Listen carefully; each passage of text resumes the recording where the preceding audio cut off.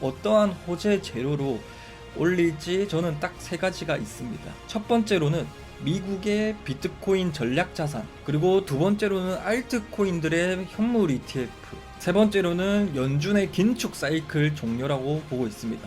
연준의 긴축 사이클 종료는 금리 인상 사이클의 피벗을 말합니다. 금리 인상 시기가 완전하게 끝났다라는 걸 암시합니다. 그럼 금리 인하 사이클이 시작된다라는 동시에 연준의 긴축 사이클이 종료된다라는 얘기는 양적 긴축의 의미를 알면 호재라는 걸 알 수가 있는데, 양적 긴축은 연준이 시장에 있는 돈들을 빨아들이는 행위를 뜻합니다. 이는 바로 금융시장의 유동성을 불러올 수 있습니다. 그럼 양적 긴축은 언제 종료되냐? 미국의 기준금리와 미국의 근원 CPI 차이가 2에서 4% 정도가 차이가 나면 역사적 데이터를 보았을 때 QT가 종료가 되었습니다. 안녕하세요. 코인지원부의 코인진입니다. 자, 오늘은 세 가지 주제로 여러분들이 궁금해 하실 내용들을 준비해 왔습니다. 첫 번째로는 비트코인 차트 분석, 두 번째로는 이더리움, 알트코인들 언제 크게 움직이는지, 그리고 세 번째로는 비트코인의 찐 하락장은 언제인지에 대해서 큰 주제로는 이렇고, 세부적인 내용들을 오늘은 차트 분석보단 거시경제에 관한 내용들을 쉽게 말씀드릴 겁니다. 그래서 지금 일봉상 111선이 이탈이 되면 저는 시즌 종료를 본다고 말씀을 드렸죠. 그래서 하락 3파동의 지지 실패로 장기 이평선까지 하락하는 시나리오, 그럼 최소 70K까지 혹은 70K 이탈 시 40K까지 빠질 수 있기 때문입니다. 자, 그럼 이 111선이 우리가 가장 중요한 지지 라인이고, 여기서 제가 지지를 일단 1차적으로는 받는다라고 여러분들에게 100K, 90K 후반대부터 말씀을 드렸는데, 일단 1차적으로 111선에서 지지를 받는다고 예상을 하였고, 토시 하나 틀린 거 없이 정확하게 111선 가격인 91,130달러 에서 롱 매수랑 현금화 하고 계신 분들은 111선에서 비트코인이나 알트들 매수 적기라고 말씀을 드렸는데, 딱 111선 레벨인 91,130달러였는데 딱 여기 도달하고 이 캔들의 저점이 91,130달러, 정확하게 토시 하나 틀린 거 없이 정확하게 여러분들에게 강력한 지지 레벨, 그리고 주어야 되는 레벨들을 미리 말씀을 드렸습니다.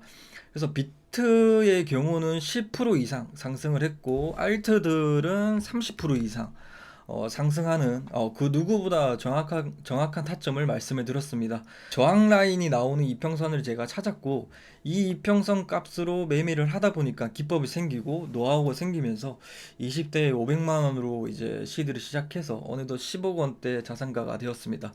대한민국 상위 한 자릿수 자산가가 되었는데, 불과 몇 년 전만 해도 여러분들처럼 내가 타고 있는 코인들 유튜버 분들이나 분석 요청을 하고 다닌, 흔히 여러분들과 똑같은 코린이었습니다.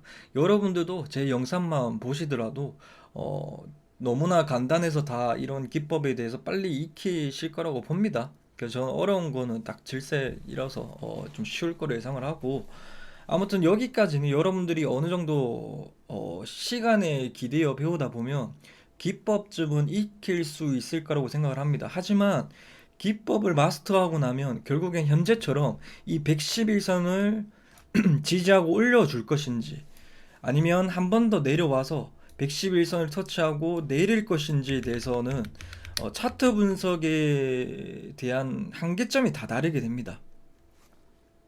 그래서 저는 포지션을 진입을 할 때 차트 분석 플러스 미래 방향이 동일할 경우에 신뢰도를 얻으며 저는 포지션을 진입을 합니다. 그래서 오늘은 거기에 대한 설명을 거시경제랑 곁들여서 브리핑을 해보도록 하겠습니다. 일단 비트코인 차트 분석부터 먼저 해보자면, 아까도 말씀드렸다시피 역별이 완성이 되어야 되는데, 저는 이번 주에 역별이 완성이 될 거라고 예상을 합니다. 그래서 텔레그램에도 여러분들에게도 말씀을 드렸거든요. 그래서 다음 주 수요일 일봉상 역별이 완성된다. 야, 그래서 그날에는 미국 소비자 물가 지수가 발표한다. 이제 내일이거든요. 근데 역별이 이게 21선만 내려오면 되거든요. 이 21선만 내려오면 되는데, 아마 한 5일 정도 남았어요. 저는 좀 빠르면 이제 내일이라고 보는데 한 5일 정도 오차 범위가 있습니다. 그래서 지금부터 뭐 비트코인이 오르는 시기나 혹은 역별이 완성이 되면서 역별이 완성이 되고 111선이 깨지지 않는 조건 하에 역별이 완성이 되는 순간 비트코인이 저는 변곡점이라고 보고 있거든요. 상승하냐 하락하냐. 그래서 지금 역별이 완성되기 전에 비트코인이 방향성이 위로 올라간다면 역별이 완성이 되고 난 다음에 오를 거라고 보고 있거든요. 그래서 딱 21선이 딱 61선 딱 데드 크로스 하는 날에 아마 저는 올라갈 거라고 예상을 하거든요. 근데 만약에 역별이 된 상황에서나 역별이 되지 않고 오르는 상황에서 오른 다음에 다시 역별이 완성이 될 때까지 기다렸다가 방향이 나올 거라고 보고 있거든요. 그래서 111선만 깨지지 않는다면 알아서 역별이 완성이 되니까 그 뒤에 역별이 111선이 깨지지 않았으니까 저는 당연하게 역별이 완성이 되면서 주가는 상승할 거라고 보고 있고, 언제 상승할지에 대해서도 이번 주 내에 16일 전으로 비트코인이 상승할 거라고 보고 있습니다. 그래서 저희 OKX, 즉 OKX 코드로 가입하신 분들 이 포지션 공유방이 있는데 저희는 96.7K에 20배 100% 교차 진입을 했습니다. 그래서 96.7K에 탔는데 97K까지 상승을 했고 98K까지도 상승을 했다가 잠깐 지금 눌림이 나왔는데 이 역별이 완성이 되고 난 다음에 111선이 이탈되지 않고 위로 뚫어줄 것을 좀 보고 있습니다. 어쨌든 처음으로 5일선을 또 안착해 주는 것도 긍정적으로 보고 있기 때문에 5일선이 이탈이 되면 어느 정도 물량을 좀 덜어낼 겁니다. 자, 두 번째 주제는 여러분들이 제일 궁금해 하시는 알트들 내용인데요. 자, 오늘 좀 내용이 좀 길어서 좀 빠르게 좀 설명을 드릴게요. 차트 분석은 이전에 많이 얘기를 드렸으니까 이더리움 차트 분석부터 먼저 해보자면 이더리움이 지금 장기 이평선을 뚫을 수 있는 것도 세력들만이 뚫을 수 있는 영역이고, 이렇게 엔켈이 청산났을 때도 지켜주었던 레벨이 896일선입니다. 지금 이 레벨을 지켜주고 있는 걸 보면 세력들이 안 나갔습니다. 그래서 이더리움도 지금 강력하게 지지 레벨을 896일선 세 차례 지지를 받았기 때문에 896일선이 이더리움도 떨어지지 않는 이상 이더리움이 오를 거라고 예상을 하고 있습니다. 그래서 알트들도 아직 불장이 한 단계 더 남았다라고 생각을 하고 있습니다. 그래서 자, 차트 분석은 여기까지 하고 그 뒤에 이제 896일선 똑같아요. 896일선을 지켜줄지에 대해서 거시경제 미래 방향성이 중요한데, 이더리움이 지금 3월 업데이트가 예정되어 있어서 알트들이 워낙 지금 낙폭가대 영역, 특히 이더리움이 지금 그러고 있어서 비트만 111선이 깨지지 않는다면 상승폭으로 이번에는 정말 이더리움이 오르지 않을까라고 생각을 합니다. 이유를 하나 더 말씀드리자면, 자, 얼마 전 비트코인 도미넌스가 60%대 이상으로 2021년도 1월 이후 처음으로 넘겼습니다. 반대로 알트 도미넌스는 최악이라는 얘기죠. 그만큼 개미들이 많이 털렸다는 뜻으로 해석됩니다. 개미들이 털린 만큼 누군가가 죽었다라는 걸로 해석되는데, 896일선을 뚫어주는 것도, 장기 이평선을 뚫어주는 것도 세력들만이 할 수 있는 영역이고, 지켜주는 것도 세력들만이 할 수 있는 영역입니다. 개미들은 단합이 안 돼서 만약에 개미들이 죽었다라고 하면, 만약에 이때 떨어졌을 때도 896일선이 내려왔을 때 깨졌겠죠. 하지만 지켜준 모습을 보고 저는 한 번 더 알트코인 불장에 불씨가 살아있다라는 것을 느꼈습니다. 그래서 이더리움은 896일선을 조금 중요하게 봐야 되고, 비트코인은 112일선을 지켜봐야 된다라고 지금 여러분들 차트 분석에서는 그렇게 봐야 된다고 생각을 하고 있고, 꼭 기억하셨으면 좋겠습니다. 자, 본격적으로 얘기를 하기 전에 여러분들 구독과 좋아요 한 번씩만 부탁드리도록 하겠습니다. 자, 알트코인들이 오르려면 비트코인도 상승을 해줘야 되는데, 저는 이 정거점을 뚫어줬을 때 109K 이 부분을 뚫어줬을 때 본격적인 전체적인 알트장이 크게 나올 거를 예상을 하고, 먼저 빠르게 움직인 애들은 뚫기 전에도 먼저 움직이겠죠. 일단 본격적인 전체적인 알트장은 이 정고점 109K를 뚫어주고 난 다음에 나올 거를 예상을 하는데, 그래서 코인 시장의 지수 역할을 하는 게 비트코인이니까 비트코인 분석만 잘한다면 알트들은 거저먹기라 어찌 보면 주식시장보다 저는 코인 시장이 더 쉽다고 봅니다. 그래서 비트코인이 여기서 더 오를 만한 호재가 무엇인지, 111선을 지켜주고 오를 만한 호재가 무엇인지, 일단 파동적으로 보면 111선이 엘리엇 파동의 3파 조정이 끝나는 레벨이고, 다음 파동이 만들어질 텐데 어떠한 호재 재료로 올릴지 저는 딱 세 가지가 있습니다. 첫 번째로는 미국의 비트코인 전략 자산, 그리고 두 번째로는 알트코인들의 현물 ETF, 세 번째로는 연준의 긴축 사이클 종료라고 보고 있습니다. 연준의 긴축 사이클 종료는 금리 인상 사이클의 피벗을 말합니다. 금리 인상 시기가 완전하게 끝났다라는 걸 암시합니다. 그럼 금리 인하 사이클이 시작된다라는 동시에 연준의 긴축 사이클이 종료된다라는 얘기는 양적 긴축의 의미를 알면 호재라는 걸 알 수가 있는데, 양적 긴축은 연준이 시장에 있는 돈들을 빨아들이는 행위를 뜻합니다. 이는 바로 금융시장의 유동성을 불러올 수 있습니다. 그럼 양적 긴축은 언제 종료되냐? 미국의 기준금리와 미국의 근원 CPI 차이가 2에서 4% 정도가 차이가 나면 역사적 데이터를 보았을 때 QT가 종료가 되었습니다. 지금 미국의 근원물가 지수가 3.2%입니다. 그래서 미국의 기준금리는 현재 4.5%입니다. 1.3% 격차가 나오고 있거든요. 미국의 본격적인 금리 인하 과정은 동결, 그리고 긴축 중단, 그리고 금리 인하입니다. 역사적으로 21년도에도 이 본격적인 크게 하락을 했을 때도 이제 양적 완화죠. 긴축과 반대죠. 양적 완화가 끝나고 난 다음에 돈을 푸는 행위를 줄이고 난 다음에 뭐가 시작이 되었습니까? 금리 인상에 대한 사이클이 시작이 되었죠. 그래서 반대로 긴축이 중단이 돼야 금리 인하의 사이클이 시작된다. 그래서 21년도에도 쉬웠어요. 양적 완화가 끝난 걸 보고 여러분들은 이 시장에서 도망쳐야 되는 이유였기 때문에, 양적 완화를 끝내겠습니다라는 거는 금리 인상을 시작하도록 하겠습니다라는 내용을 연준에서 이미 시장에 경고를 주었는데, 그거를 이제 일단은 거시경제를 모르신 분들은 대폭락을 맞이하게 되는 시기가 되었던 거죠. 그래서 이 차트 분석도 중요하지만은 거시경제가 중요하다라는 점을 한 번 더 언급해 드립니다. 그래서 미국의 본격적인 금리 인하 과정은 동결, 긴축 중단, 그 다음에 금리 인하 사이클 시작. 지금 현재 미국의 CPI는 요 밑에 나와 있는 게 실제 미국 CPI입니다. 2.9%인데 구글에 여러분들 트루 인플레이션이라고 치시면 나오는데, 거기서 나오는 실제 미국의 물가 지수는 2.19%입니다. 연준이 목표하는 2% 물가의 초반까지 내려온 상황입니다. 지금 현재 CPI는 미국에서 발표하고 있는 물가는 2.9%인데, 정부에서 발표하는 물가는 후행하는 물가들이 있습니다. 대표적으로 집세 물가죠. CPI의 36%를 차지합니다.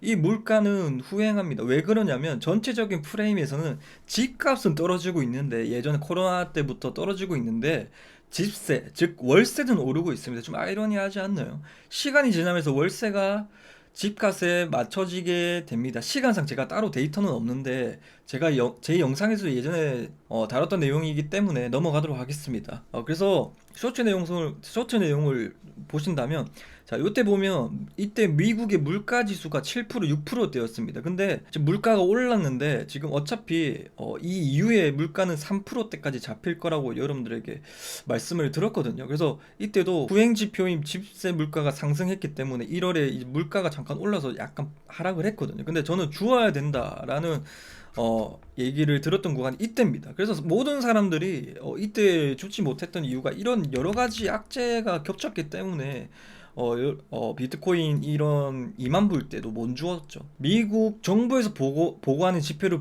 보면 안 되고 투루 인플레이션 사이트에서 보는 게 저는 더 정확하다고 봅니다.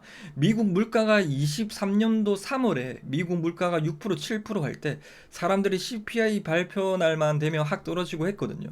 이 투루 인플레이션을 보고 제 영상에서는 뭐라고 브리핑을 했냐면, 지금 트루 인플레이션에서는 물가가 많이 하락했으니까 시간이 지나면 미국 물가가 3%대까지 떨어지는 건 시간 문제다라고 2년 전부터 말씀을 드렸었습니다. 어느덧 2.9%대까지 도달을 했습니다. 자, 앞전에 세 차례 9월에 50bp나 11월 달에 25bp나 12월 달에 25bp나 이 모든 인하는 세 차례 인하는 미국의 금리 인하의 본격적인 효과는 6개월이나 이 금리 인하 효과는 6개월이나 1년 뒤에 나타나게 됩니다. 그래서 보험적 금리 인하를 한 것이지 금리 인상 피벗을 뜻한 게 아닙니다. 본격적인 금리 인상 사이클이 시작됐다는 얘기가 아니란 얘기입니다. 그래서 지금은 인상하는 단계는 끝이 났고 동결하는 시기입니다.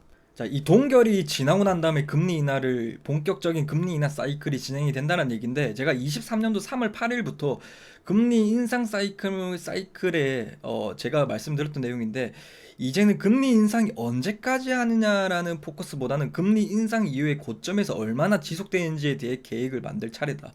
금리가 고점을 찍고 인하까지 얼마나 걸렸냐.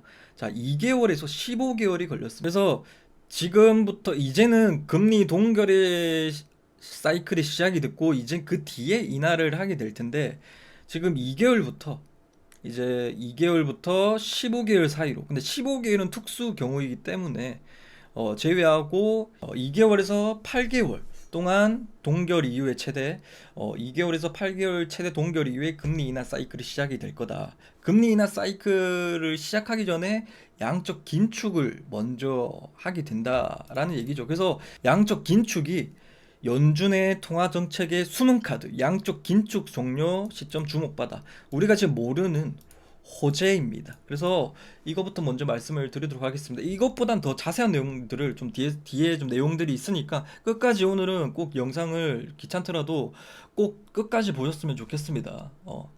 작년 22년도부터 연준은 인플레이션을 억제하기 위해서 QT 양적 긴축을 시작을 했습니다. 국채와 주택담보대출 증권의 매입을 중단하고 기존 보유 자산을 시장에 축소한 행위를 양적 긴축이라고 말을 하는데 그럼에도 불구하고 주가가 오를 수 있었던 이유는 2년 전 제 영상에서도 다뤘던 내용인데 자, 미국 재무부에서 의도적으로 장기 국채 발행량을 조절을 했다. 연준에서는 양적 긴축을 하고 있지만은 2023년도에서 2024년도에 바이든 집권당의 재선을 위해서 미국 재무부 장관인 옐런이 단기 국채 발행량과 장기 국채 발행량을 조절을 해서 단기 국채를 많이 발행을 시켜서 만기가 짧은 단기 국채, 즉 T빌, 트레저빌이라고 하는데 많은 거는 싸지니까 가격이 낮아지고 수익률이 올라갑니다. 그래서 단기 국채를 많이 발행을 시켜서 가격을 내려가게 하고 만기가 짧은 단기 국채 수익률이 올라가게 됩니다. 그래서 국채 가격과 수익률은 반대로 움직이기 때문에 수익률은 이게 보면 이자율이라고 보면 됩니다. 그래서 그렇게 되면서 단기 국채 이자율이 올라가게 가니까 시장은 금리 인상 사이클임에도 불구하고 금리 인하에 대한 기대감으로 주가가 선반영으로 상승했던 이유였습니다. 이게 바로 장기 국채와 단기 국채가 데드크로스 나는 장단기 금리 역전차라고 부릅니다.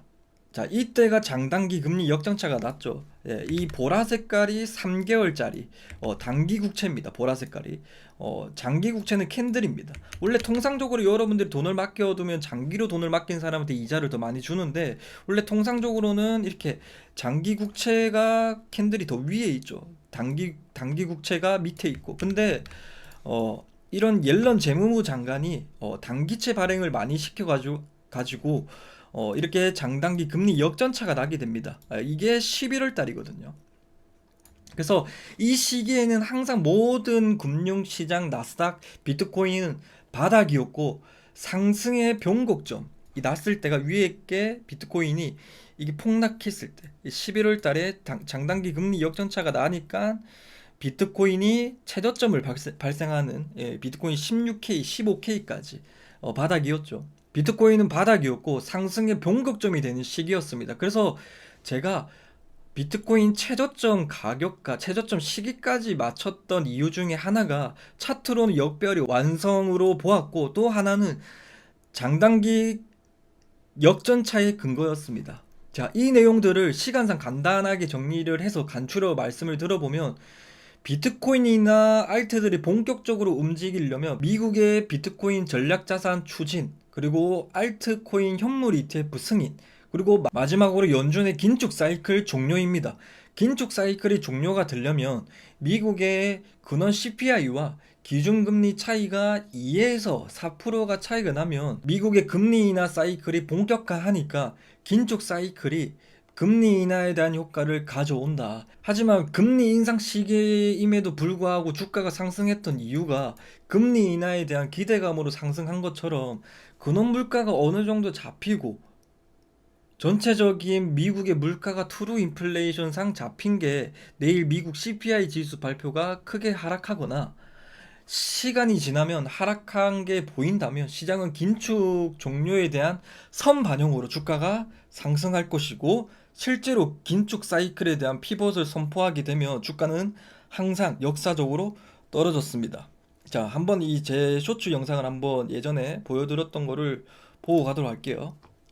했다라는 여러분들에게 자료를 좀 제시를 해드렸고, 파란 색깔이 이제 미국 기준금리입니다. 고점에서 금리 인하를 할 때 역사적으로 데이터는 어떻게 되었냐면, 피벗 이후에 고점 대비해서 17%, 36%, 48%, 27%, 15%, 51%, 58%, 35% 연준의 피벗이 발표되고 난 다음에 경기 침체가 임박해서 이 금리 인하를 하기 때문에 연준의 피벗 이후에는 항상 주가는 하락했다라는 여러분들에게 자료를 좀 제시를 해드렸고, 자, 금리 인하를 하는 이유가 경기 침체가 와서 하기 때문입니다. 엔캐리 청산 우려하시는 분들이 많아서 말씀을 들어보면 보자면, 일단 결론부터 말씀을 드리자면 엔캐리는 일본의 포커스를 맞추면 안 되고 미국의 포커스를 맞춰야 합니다. 8월에 엔캐리 청산 났을 때 이유가 이때 비트코인이 크게 하락을 했었죠. 이때 미국의 샤멜 법칙이 나오면서 빨리 금리를 내리지 않으면 미국이 경기 침체에 빠질 수 있다 해서 50bp 인하를 8월에 인하를 하게 된 거죠. 미국 금리가 미친 듯이 내릴 거고 일본은 금리가 미친 듯이 오를 거고, 이게 엔캐리 청산을 만들면서 비트코인이 하락하게 되었는데, 미국은 지금 금리 인하 사이클이 코앞까지 왔잖아요. 그래서 미국에서 금리 인하를 하는 이유가 뭔가 하나 고장이 나서 인하를 할 거잖아요. 결국에는 미국의 통화 정책 큰 프레임은 지금 금리 인하 사이클이니 엔캐리 청산이나 혹은 그와 비슷한 악재가 발생된다라는 거는 피할 수 없는 장마입니다. 그게 언제 일어나냐면 이 동결 2개월에서 8개월 동안, 지금 동결이잖아요. 지금 현재 미국은 동결 중간에 동결을 먼저 하고 나가고, 이 동결이 끝나는 시기가 결국에는 금리 인하 사이클이잖아요. 금리 인하를 하는 거잖아요. 그 금리 인하를 하기 직전에 양적 긴축을 해야 돼요. 왜냐하면 양적 긴축은 시장에 있는 돈들을 빨아들이는 행위고, 근데 인하는 돈을 푸는 행위죠. 근데 걷어들이고 풀고 이건 말이 안 되잖아요. 그래서 양적 긴축을 중단하고 금리 인하가 나오는 건데, 그래서 이 동결이 2개월에서 많으면 15개월이지만 15개월은 제외하고 2개월에서 8개월인데, 지금 동결 기간이 2개월에서 8개월이 진행이 되고 난 다음에 그 다음에 긴축 사이클이 이 중간에서 발생이 돼서 인하를 하게 되는 겁니다. 그런데 인하를 할 때는 무슨 문제가 생겨서, 경기 침체에 문제가 생겨서 터지기 때문에 결국에는 실제로 금리 인하를 할 때는 주가는 하락을 하게 된다. 그래서 항상 주가는 선반영하게 된다라는 게 오늘의 주제의 포인트입니다. 그래서 아까 금리 인상 사이클인데 불구하고 주가가 올랐던 이유는 장단기 금리 역전차가 났기 때문에 금리 인하에 대한 선반영이 이루어졌기 때문에 금리 인상 사이클에도 불구하고 미국 나스닥이나 비트코인이 올랐던 이유입니다. 선반영하기 때문에. 그래서 엔캐리 청산은 나중에 이 피봇이 시작이 되면, 즉 금리 인하 사이클이 본격화가 된다면 미국의 경기 침체는 무조건 100% 저는 나올 거라고 보고 있고, 엔캐리 청산이나 그와 비슷한 악재가 저는 발생할 거라고 예상을 합니다. 그래서 미국의 경기 침체는 무조건 100% 나올 거라 예상을 하는데 이때를 조심해야 됩니다. 이 시기가 나오기 전에 나오는 시그널은 일봉상으로 111선이 이탈이 될 때 차트가 먼저 성반영하기 때문에 미국의 경기 침체가 나올 거라 예상을 합니다. 왜냐하면 항상 주가는 대폭락 직전에 111선이 이탈이 되면 큰 폭으로 하락을 했습니다. 예전 과거에도 제가 이 과거 차트를 보자면 2015년도 뭐 18년도 17년도 보시면 111선이 이탈이 되니까 크게 하락을 크게 하죠. 이렇게 해서 뭐 쭉 3,000불까지 하락을 하죠. 2만 불까지 상승했던 코인이. 그래서 111선을 지지를 해줬을 때는 항상 주가는 기회였다. 2015년도에서도 항상 쭉 역별이 완성이 되고 올랐을 때도 111선이 지지를 하고 올랐는데 111선이 깨지니까 이 사이클이 마무리가 됐죠. 그래서 이 사이클이 150달러에서 2만 불까지 상승한 사이클이었는데 2만 불까지 상승을 한 사이클이 결국에는 111선이 깨져서 이게 큰 하락이 나왔다. 그래서 111선이 이탈이 되면 뭔가 터진다라는 중조 현상입니다. 그래서 111선이 또 중요하다라는 얘기를 또 한번 재차 강조드립니다. 그래서 이 경기 침체가 나오기 전에 111선이 이탈이 되면 뭔가 나오겠구나. 그래서 어떠한 내용들이 나오냐면 나올 거냐라는 걸 예상을 하자면 왜 100% 미국의 경기 침체를 예상을 하냐. 언젠가는 이 111선이 깨질 거라는 거 아는데 당연한 얘기지만은 왜 미국의 경기 침체를 예상하냐면 아까 서두에 장단기 금리 역전차로 금리 인하에 대한 선반영으로 주가가 올랐다라고 했죠. 그래서 장단기 금리 역전차로 금리 인하에 대한 선반영으로 주가가 올랐다고 했죠. 이 시기와 비트코인 최저점 시기와 매우 흡사합니다. 이 장단기 금리 역전차가 났을 때, 그죠? 누구는 공포인 자리가 금리 인하에 대한 선반영이 일어난 시기죠. 근데 이거를 선반영으로 주가가 올랐다고 했죠. 근데 연준이 제일 무서워하는 게 미국의 금융 시스템이 망가지는 걸 무서워합니다. 은행이죠. 은행의 수익 구조를 본다면 은행은 단기로 싸게 빌려와서 장기로 고객들에게 팔아먹습니다. 그래서 아까 장단기 금리 역전이 났다고 했죠. 장기가 싸지고 단기가 비싸졌다고 했죠. 이렇게 되면 은행의 수익 구조는 역마진이 납니다. 이게 은행의 수익 구조가 망가지고 있다는 얘기거든요. 손해를 입고 있다는 얘기입니다. 근데 이게 2022년도 11월 때부터 거의 올해 2년 동안 11월 달부터 2024년 12월까지 지속이 되었습니다. 2년 2개월 정도 지속이 되었다. 그래서 은행의 역마진이 2년 2개월 동안 손해를 입고 있었다는 얘기입니다. 근데 이게 22년도 11월 때부터 지속되었는데 이게 언제 터지냐라는 지표가 있는데, 자, 지금 보시는 지표는, 자, 이 부분을 보시면 검정 색깔이 기준선이거든요. 이 밑으로 빠졌을 때가 장단기 금리 역전차가 났을 때고, 이 위에 있을 때가 당연히 정상화 구간입니다. 장기로 돈을 맡긴 사람들한테 더 이자를 많이 주고, 단기로 우리가 은행에 돈을 맡기면 당연하게 이자를 작게 주잖아요. 근데 이렇게 최근에서는 미국 옐런 재무부 장관이 이런 국채 발행량을 좀 장낭지를 좀 해서 이렇게 장단기 금리 역전차가 났거든요. 단기 국채만 발행을 하다 보니까 단기 국채 가격이 싸지고, 그러니까 수익률이 올라지면서 이렇게 역전차가 났는데, 항상 장단기 금리 역전차가 이때 보시면 89년도에 났었고 2000년도에 났었고 2006년도에 났었고 2019년도에 났었고 2020년도 11월 달에 났었습니다. 그래서 이렇게 장단기 금리 역전차가 났을 때를 보고 언제 경기 침체가 나왔냐면, 장단기 금리 역전차가 완성이 되고 정상화로 될 때, 단기 국채가 싸지고 장기 국채가 높아지는 정상화가 될 때, 그 뒤에 이 검정 색깔 회색 부분이 경기 침체가 발생되는 시기입니다.